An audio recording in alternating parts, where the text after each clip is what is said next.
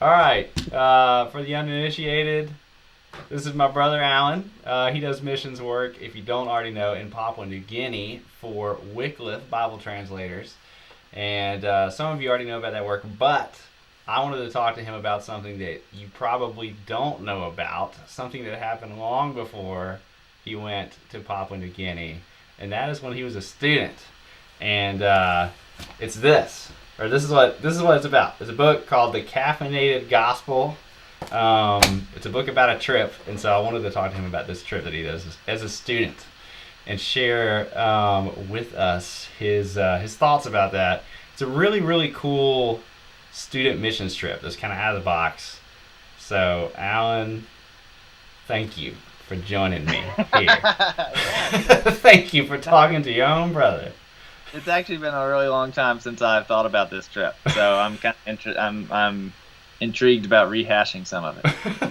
But he does have, let me pull it up, a PowerPoint about this book and this trip. So Yeah. so we have some visuals. That's good. That's good. So let's start here. Well, first of all, this happened. You were a student in college, right? Like what?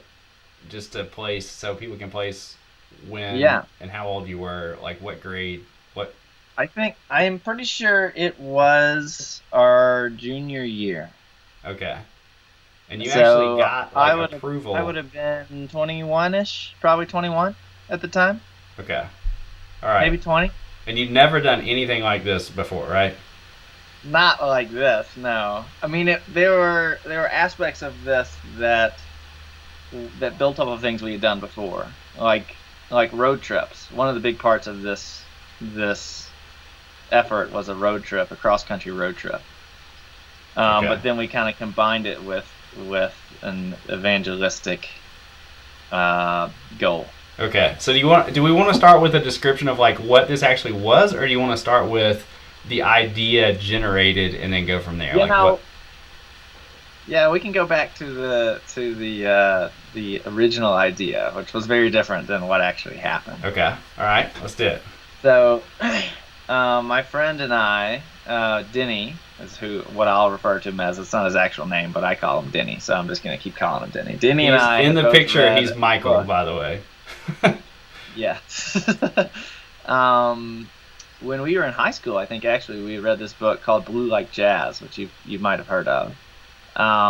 And in Blue Like Jazz, there's this scene where these college kids are on a college campus, and it's like this crazy week of madness. Like every year, they have this festival where it's just like there are no rules, no restrictions, and everyone's just running around doing crazy stuff.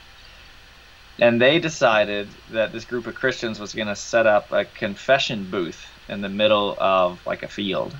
And they dressed up like monks and everything. And but the twist was that instead of people coming and confessing to them, people would come to them and then they would confess. The monks would actually confess to the people who showed up and like basically like apologize for like past things that Christians have done that have wronged them. Right. um, like the Crusades and like these sorts of things, which in some ways seemed kind of silly, but in the book, it like the reaction that people have to this is just like a sense of shock. Like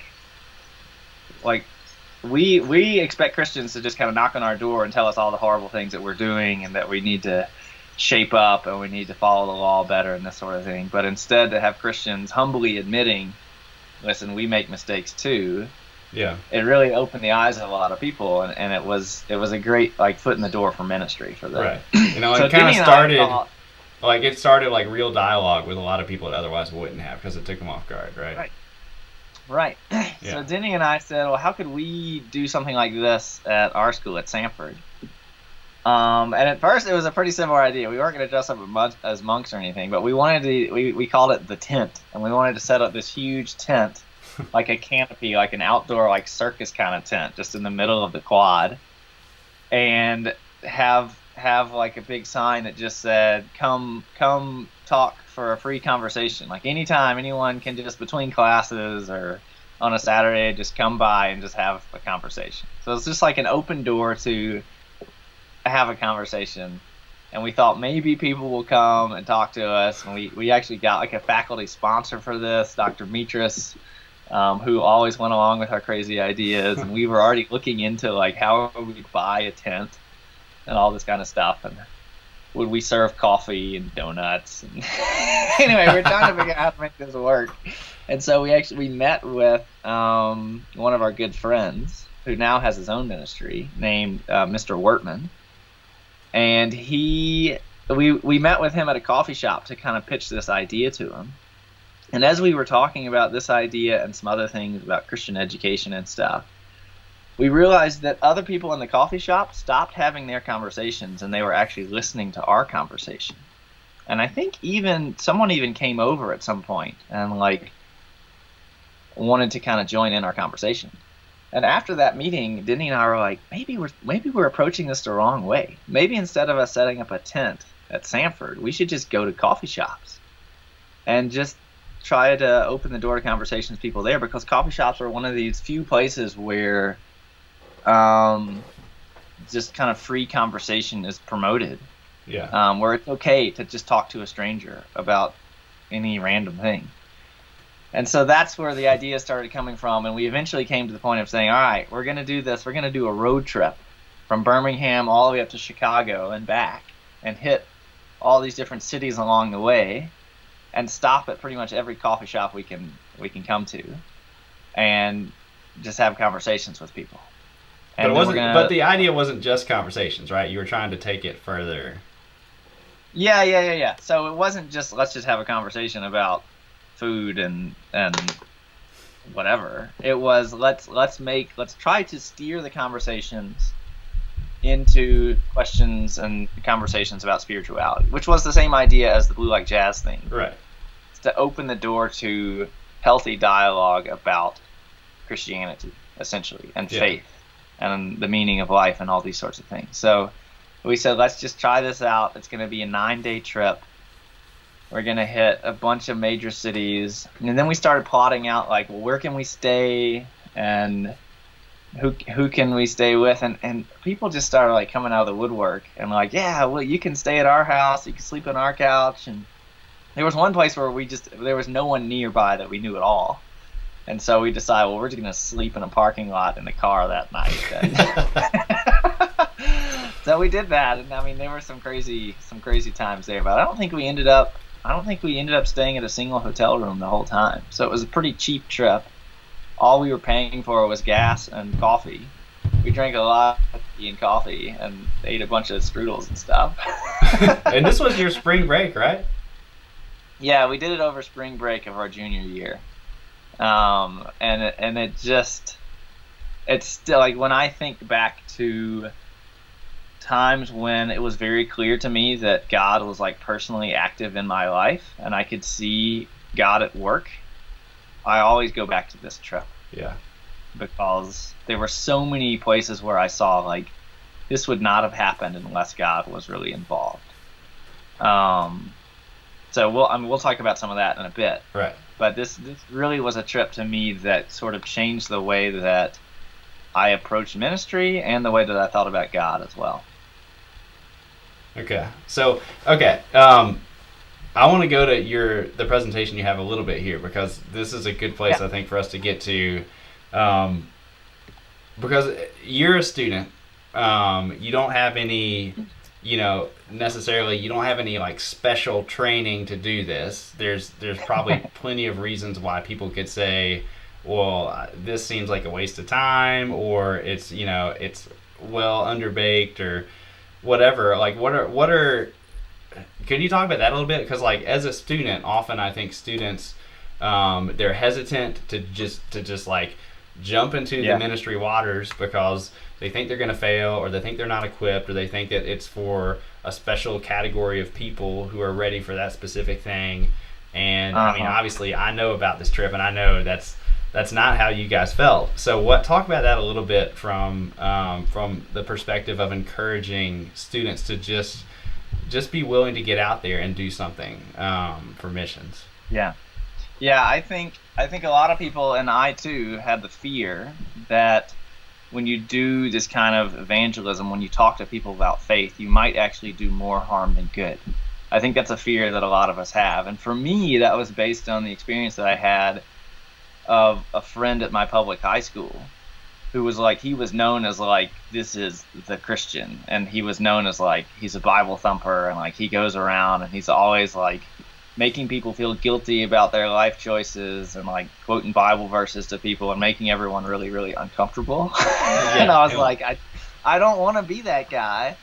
I don't, and the idea of going into a coffee shop and just starting to talk to people about faith feels very intimidating. Like, I don't want someone to show up on my doorstep and try to convert me to a different religion. So why would I want someone in a coffee shop to show up and try to convert me? So I think that's the first thing I would point out, is that the point of this kind of evangelism isn't actually directly just like we're trying to win converts here. We're going to keep a tally of like how many people have we converted.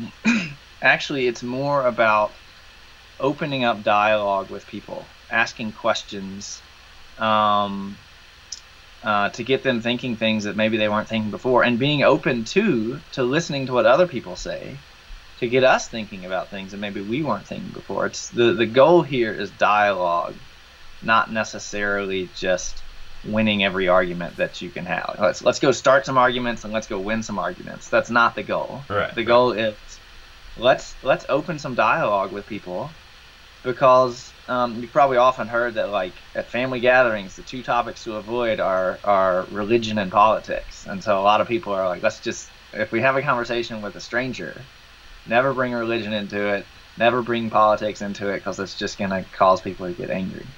So we were trying to think of, well, how can we talk about, because for us, our faith was a major part of who we are and a major part of how we saw the world, and it gave us life and joy and meaning. And if we can just share that idea with people and not say, let's argue about evolution or something like that, but rather I want to share with some other people how meaningful my relationship with Christ is. But I know that that's not going to be something that people are going to want to hear. So then let's just find ways to just start conversations. And if they go towards those kind of faith-based conversations, then all the better. But let's experiment with how can we find ways to talk to people about these things that doesn't feel intimidating. And so actually the trip itself was like a series of experiments almost. Uh-huh. We tried different methods every day, and we were basically trying to see, like, does this method work or not? How quickly does the conversation get to spiritual things, or does it ever get there at all? Do people feel intimidated by this approach or not? And so it was almost like just a series of experiments to figure out what worked. You know about like America's Test Kitchen, where they bake like 20 batches of muffins, and in this one they put just like a tablespoon more of flour, and in this one they put extra baking powder, and this one they put vanilla, and they just make tons of muffins, and they say, which of these muffins is the best? Well, this one. Well, what did we put into that one? Well, here are the ingredients, so that's going to be the recipe that we're going to use. And so that was kind of our approach, was like, let's try a little bit of this and a little bit of that, and all these different approaches each day. And maybe we can find a way that for us works really well. And our point, again, wasn't to say this is how all evangelism should look, but what works with our personality types, what works with the gifts that God has given us. Maybe there's different ways of doing evangelism that don't feel so intimidating to us or to the people that we're evangelizing. Yeah. Well, I think that's a good point. And there were a lot of failures. Yeah. There were a lot of muffins that came out that were just like mush. Well, that's one of the fun things that was about. Part of the fun too. That's one of the fun things about the book that you guys wrote, and I know that like the original intention behind the trip was not to produce a book. Like, I'm sure you were gonna have some kind of report and stories to share and stuff like that. But I know it wasn't all about, well, we're gonna do this to write a book. But that just came out of it. It was really cool. But one of the things that comes through in your story of it is how you guys experienced so much failure, or at least what felt like failure to you. And here, I'll pull that back up since you just switched the slide. There's Denny. But yeah, you guys were willing to experiment and admit that at the end of the day, even the stuff that maybe worked in one place didn't work in another place. There are no real That's right. formulas That's right. for evangelism. You kind of had to just try a lot of stuff. And I think the thing that maybe was a theme for you guys was the fact that it needed to actually be genuine. You had to genuinely care about the people that you were speaking to. It wasn't, you're talking about experimentation, which is great, but where that analogy kind of stops is these people weren't just like a lab for you guys. Yeah, These people, yeah. like you genuinely cared about them. You really wanted to have a real connection with them. And sometimes you tried and they didn't want any kind of connection. They That's literally right. didn't talk to you, or they just turned away or whatever. And then sometimes you put yourself out there, and all of a sudden, in a place where you wouldn't expect it, someone had like a real connection with you. So anyway, I just Yeah. thought that was really cool. No, I think that's a really good point, and you're right. I just to be clear, I don't want to say that like people are muffins and we can just experiment on them. People are muffins.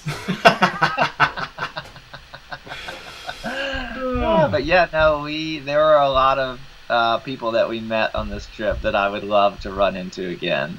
And like I said, there were lots of things that people said to us that forced us to kind of wrestle with some of our own ideas as well. And that's the whole joy of a dialogue, is that a dialogue isn't one-sided.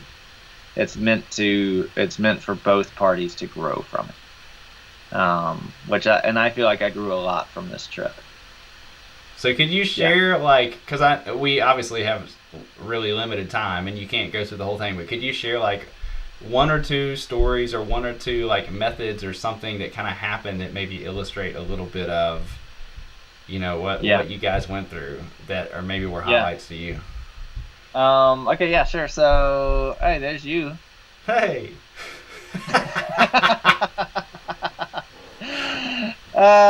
Okay, here's the map of the trip. So we started there in Birmingham, and then we went all the way up to Chicago, and we came back a different way so that we would hit different coffee shops. And each of those little dots is a place where we spent the night. So you can get a sense of the whole scope of what we were doing. All right, so our first approach was to do what we did that first time with Mr. Workman. Let's just go to a coffee shop and let's just talk. And let's see if other people listen in and want to join. And while it worked really well that first time we did it with Mr. Workman, on the trip, it was just a total flop. Like, no one even remotely was interested. And we had like an hour-long conversation. We were like all over the place. And like, no one even like batted an eye. We're like, what are we doing? This trip feels like it's just going to be a complete waste of time. So we thought, okay, well, let's try something a little bit more direct. So we went to the next coffee shop, and there was a guy playing chess. And we were like, all right, we'll go challenge this guy to a game of chess. Chess is kind of a slow game. We'll have a chance to kind of chat with him a little bit while we play. I mean, anyone who's playing chess is willing to be a little bit more contemplative. So let's play a game of chess with him. The problem was, like, Denny and I are not chess masters. And this is a guy who, like, spent all of his spare time in this coffee shop apparently playing chess. So, the guy was wiping us. Like, in 8 moves, the guy would beat us. And, like, there wasn't really a lot of time to start a conversation.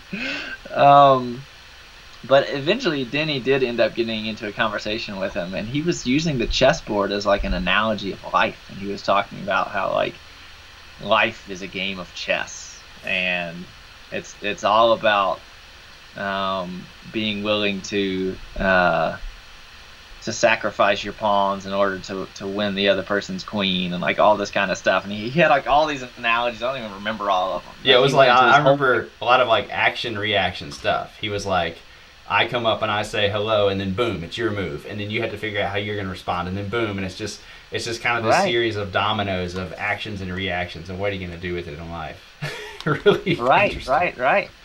And we were like, well, where do we go with that? Like, how do we turn this into a spiritual conversation? And this was the sort of thing where, like, I think afterwards, like in retrospect, we're in the car driving together, and we're like, oh, we could have said this, or we could have said this, or oh, that was a perfect door to open to say this, but we didn't think about that at the time.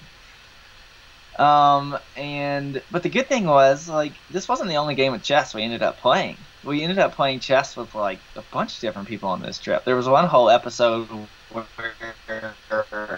where we went one day. We decided to just focus on the homeless, and apparently the homeless people just love chess. And like downtown, I think it was Cincinnati, there was just like a whole group of homeless people playing chess, and so we played chess with them. And we were actually able to share with them, hey, we had this conversation earlier with a guy playing chess, and he thought that life was like a game of chess. And what do you think about that? And then they would share what they thought, and then they would ask us, well, what do you think about that? And now we actually had time to have thought about our answer to that. And so we could bring back that former conversation. Even though we weren't fully prepared for the first conversation, we could bring it back up again with other conversations later. Another method we tried was sort of like the tent thing, where we went to it was like a town fair kind of thing. There was like all these different craft booths where people were like selling gelato or selling like carved out gourds or whatever. And we just set up a booth with a sign that said free conversations, no strings attached or something like that. And so like the first guy came over and he said, so what's the catch? And we said, there's no catch. We just want to have a free conversation. And so we ended up having a conversation with this guy for like 45 minutes. But we felt like we couldn't actually steer it towards spiritual things because we had specifically said there's no catch. So basically we just had this conversation and it was all over the map. Like the guy couldn't even remember the name of his brother, and it was just crazy. And the guy left and we were like, all right, we got to stop telling people that there's no catch, because I mean technically we do want to eventually talk about spiritual things, and there was no way we could naturally get there from the conversation we had with this guy. And I think like only one other person came by, and everyone else just like stopped and like took photos of us, and we're like, oh, these little kids. So you became a spectacle. So that was no good. So then we came up with this other idea. We said, okay, we're going to start asking people like a very direct question and see what they do with that. And so the first guy we talked to was actually a barista. We went to a coffee shop and there was no one there. And we were like, well, this is a bust. And we were like, well, we could talk to the barista. He's got nothing else to do. So we went up to the coffee bar and we ordered some coffee. And then we said, all right, we're going around asking people this question. And we're interested to know what your answer is. And the question is, if you could tell everyone in the world one thing, what would that be? Like you have a chance to give a message to the whole world. What would that be? And the first guy we asked that to said, that's intimidating. Like he just straight out said, that's too intimidating of a question. He said, I don't want to give a message to the whole world because I don't think the whole world's going to listen to some random guy giving a message to the world. I'm much more interested in talking to individual people about my ideas. And we were like, oh, well, that's actually really interesting. Well, then, like, what would you tell us then? And then he opened up and shared some ideas with us, and it started a really good conversation. It was actually the best conversation we had of the whole trip. And we were like, okay, maybe we're onto something here. Mm-hmm. This question idea is maybe a good way to just immediately start a conversation and get to some like really heartfelt issues. But the original question was too intimidating, so let's adjust the question and just say, hey, if you could tell us one thing, what would it be? And so that was the question we started asking, and for a few days that was like our main strategy, and it was really, really effective for like immediately getting to the heart of what mattered to a person. Yeah. But like one of the people I have on here, Method 8, the waitress, we talked to the waitress at a Cracker Barrel. We asked her that question after she took our order, and she said, I had to think about that. And she left, and she came back like to give us our check at the end, and she said, all right, I thought about your question. I finally came up with the one thing I would tell you. Don't ever baptize your neighbor's cat. You're like, what? What are you talking about? Like, this is the one thing you would tell us in the world is don't baptize your neighbor's cat.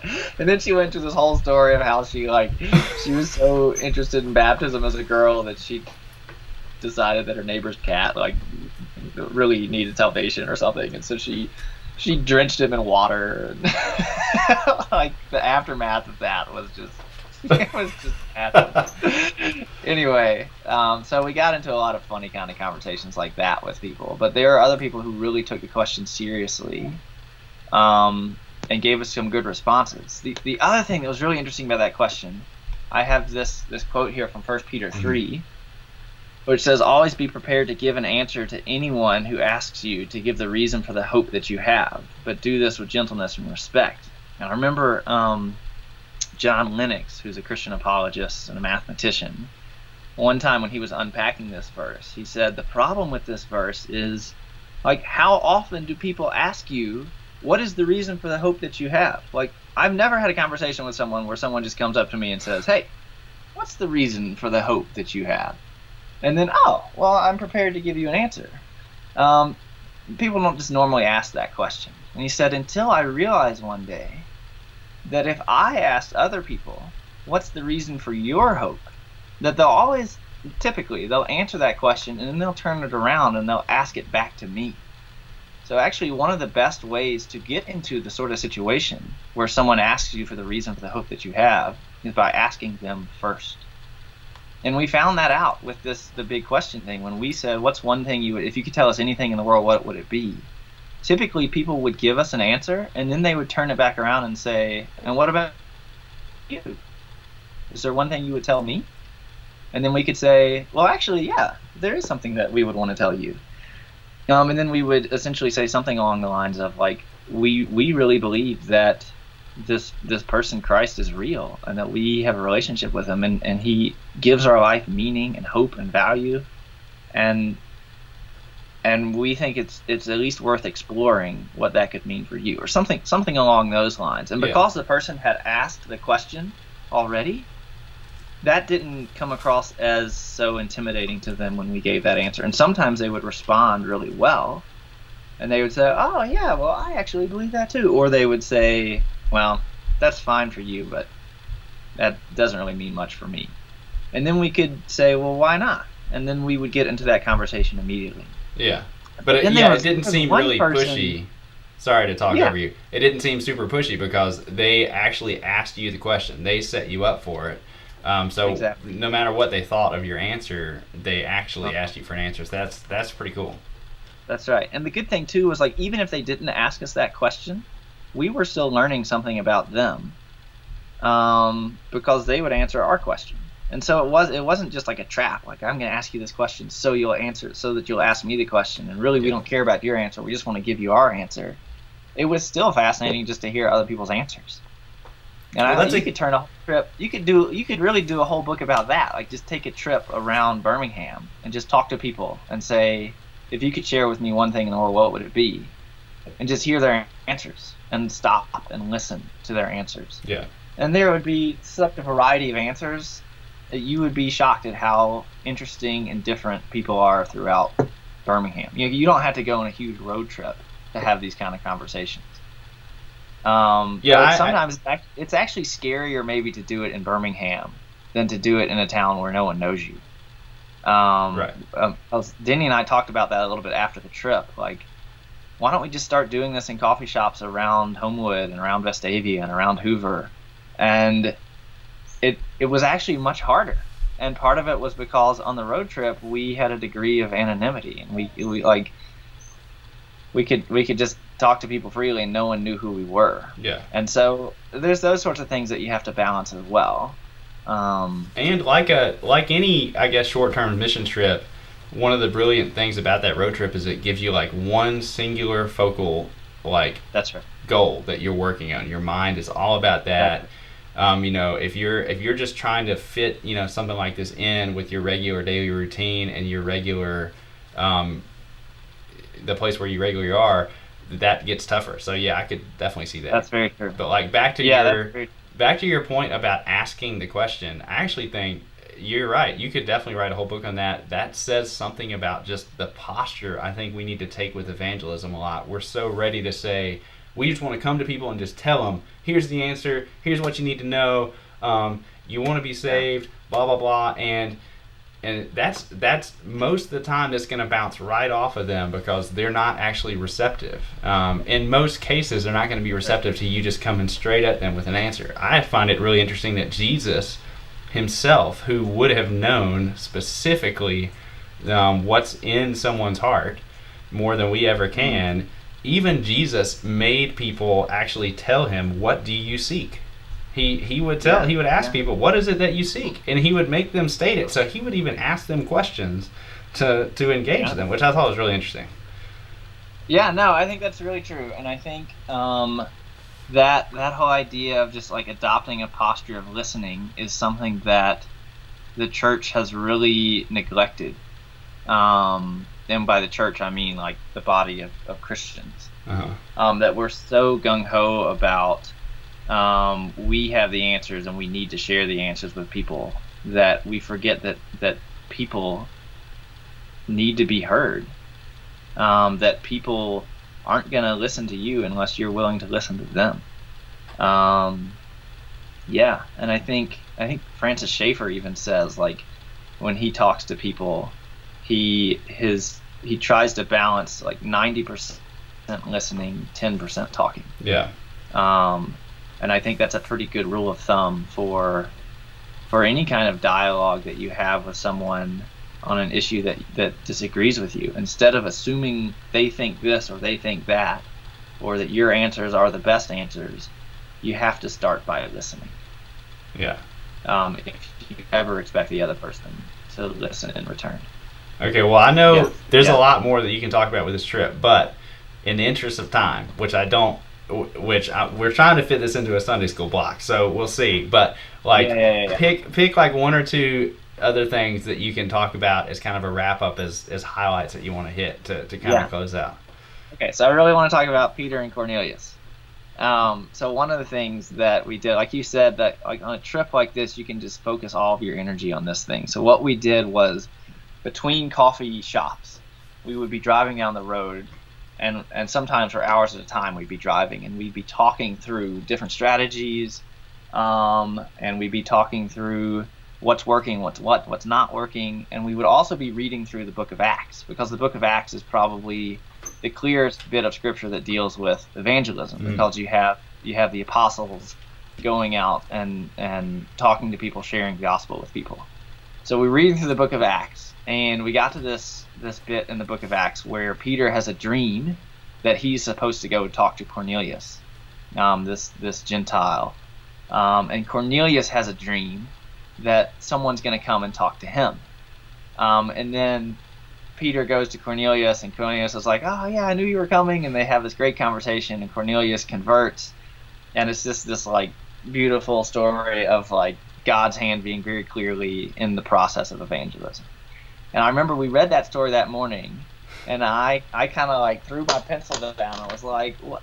I just don't get it. Like, this doesn't happen to us. Like, I like, it just seems so easy that these people are getting dreams, they know what's coming, and like God has clearly set this person up for him to talk to." And so we talked a little bit about that, and we decided, all right, well, let's just pray today to God, like, make it very clear to us that the people that we run into are people that you wanted us to run into and talk to. Even if they're not receptive to our message, make it clear to us, please, that these are the people you set out for us to talk to.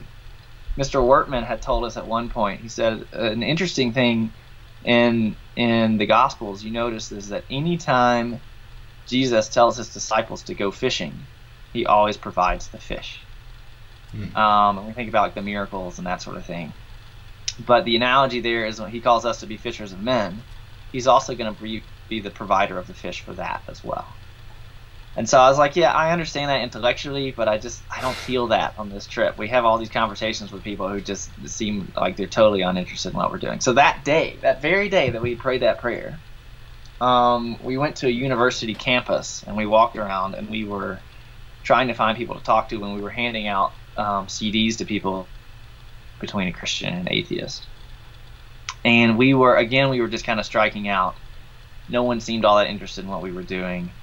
we were about to leave, and we pressed a little button for an elevator, and we noticed, oh, there's this little like student lounge over here, and there's a guy standing over there who just looks like he's doing nothing. So before we got on the elevator, we popped over there and we said, oh, hey, here's a CD we're passing out. And he was just so enthused about it. And so he got on the elevator with us. He was like, where are you going? I'm going with you. And so we started walking around. We were kind of sharing with him what we were doing. And he said, oh, man, this is so cool. Like, I'm a Christian too, but I've never seen Christians do this kind of thing. And this is so exciting. Like, I want to start doing this thing too. Tell me all the things that you've been doing, like all this sort of stuff. And we had this great conversation with him. And at the end, we were like, hey, you know what? We never actually asked what your name was. What's your name? And he said, oh, my name is Cornelius. And we like, in that moment, it was like, what?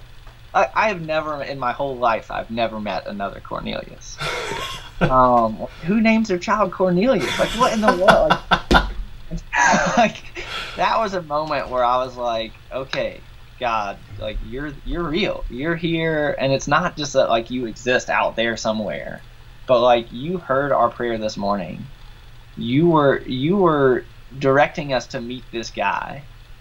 And yeah, he was already a believer, but like the parallels are so interesting. Like, this was a guy who he was already a believer, but he just needed someone to like light the fire under his feet to get excited about this kind of stuff. And that's pretty similar to the Cornelius we see in the Bible too. Like, he's not opposed at all to Christianity, but when Paul clarifies to him exactly what believing in Christ is all about, he's fired up about it.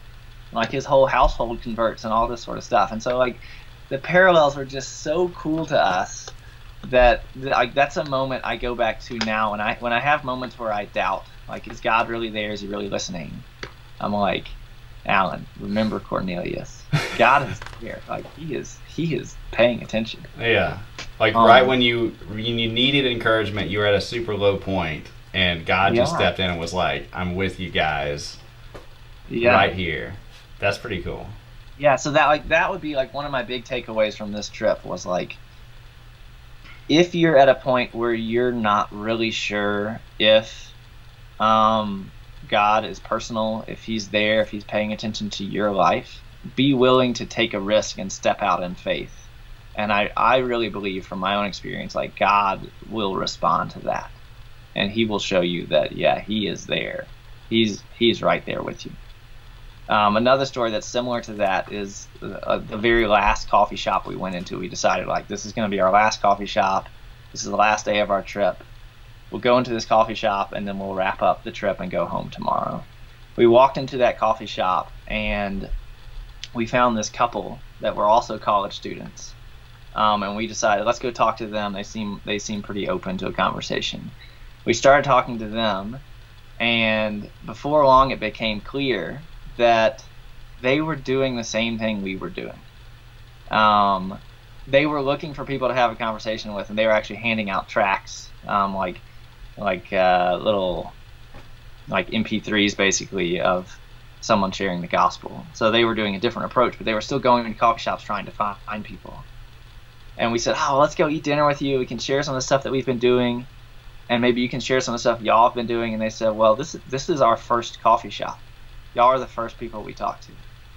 And we were like, what? Like, our last coffee shop was their first coffee shop. And so it was like we got to pass the baton on to them.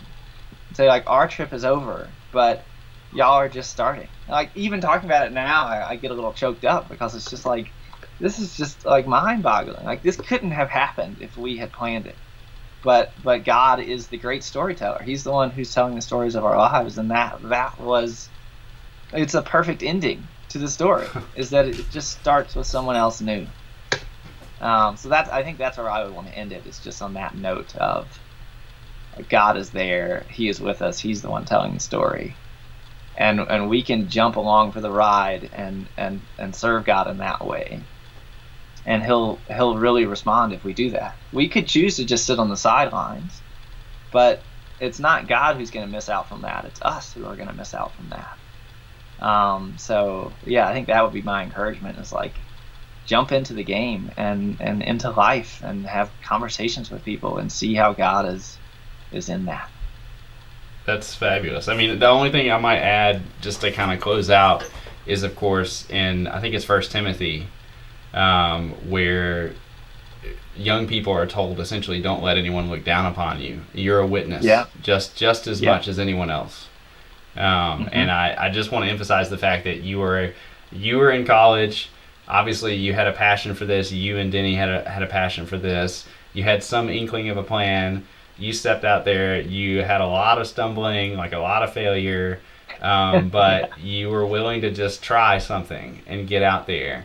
And again, you could have made a million excuses, but you did it. And it's not only, is it something that you look back on now, it's something that made a huge impact in your life and probably the lives of so many people that you ended up, having conversations with along the way. So that's just really cool. That's really encouraging. It was encouraging to me at the time when you told me the story. I hope it's encouraging to other people. So, pretty cool. Yeah.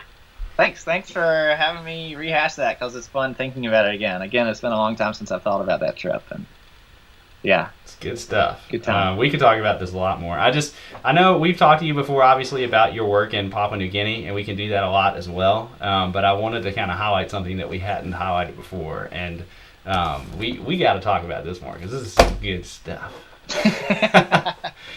Anyway. Yeah, I didn't even tell you about the drive-by evangelism we tried, where we drove around downtown and we said, "Do you know what would happen to you if you died tonight?" And like half the people we talked to thought we were about to kill them. We were like, "Okay, we gotta change that question quick because we're gonna get arrested." Yeah, you do tell the story in the book of the person who had a total panic just come over their face because one of you was reaching for the glove box because you were giving people Bibles with John 3:16 through 18 circled in them, and they thought that you were reaching for for a pistol or who knows what they thought it was. Woo! And so they were super relieved when you gave them a Bible. Oh, good stuff. Wow. All right. Well. All right. Good times.